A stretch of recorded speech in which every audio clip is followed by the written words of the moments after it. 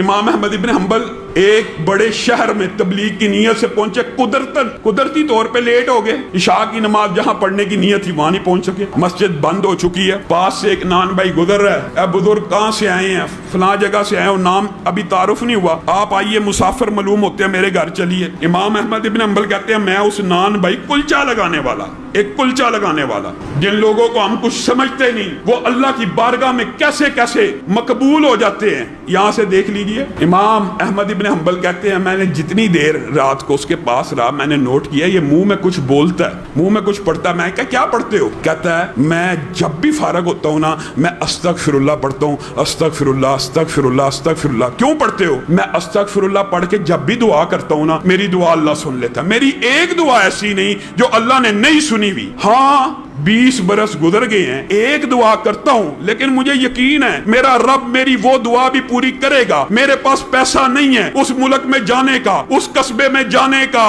میں اللہ سے دعا کرتا ہوں موت سے پہلے امام احمد ابن حنبل کی زیارت کروا دے۔ امام احمد ابن حنبل رونا شروع ہو گئے، کہا اللہ نے، میں ہی امام احمد ابن حنبل ہوں، میرے کان سے پکڑ کر مجھے تیرے گھر میں پہنچا دی ہے۔ بتائیے انسان اللہ سے مانگ رہا ہے، جب اللہ سے مانگ رہا ہے تو کیا اس کو یہ وہم ہونا چاہیے اللہ نہیں سنے گا؟ یہ وہم دل سے نکالنا ہے، خلوص نیت سے۔ پھر دعا کی قبولیت کے اندر ایک جو بڑا سب سے بڑا فیکٹر ہے وہ یہ بھی ہے کہ انسان جتنا سچ بولنے والا ہوگا اتنی جلدی دعا، انسان کا رزق جتنا پکیزہ ہوگا اتنی جلدی دعا قبول ہوگی۔ اس کی دلیل کیا ہے؟ یہ بھی حدیث سے ثابت۔ نبی کریم صلی اللہ علیہ وسلم نے کہا ایک بندہ خانہ کعبہ کے اندر ہے، مسافر ہے، مسافر کی دعا قبول ہوتی ہے۔ جن لوگوں کی دعائیں قبول ہوتی ہیں نا یہ بھی بات یاد رکھے، موضوع اصل میں طویل، اپنی بات کو مختصر کرتا ہوں انشاءاللہ، اس کے بعد تراویح پڑھتے ہیں۔ جن لوگوں کی دعا قبول ہوتی ہے ان میں مسافر شامل ہے، ان میں مظلوم شامل ہے، ان میں اللہ کے فضل و کرم سے ہم روزے دار شامل ہیں۔ روزے دار کی پورے دن کی دعا قبول ہوتی ہے۔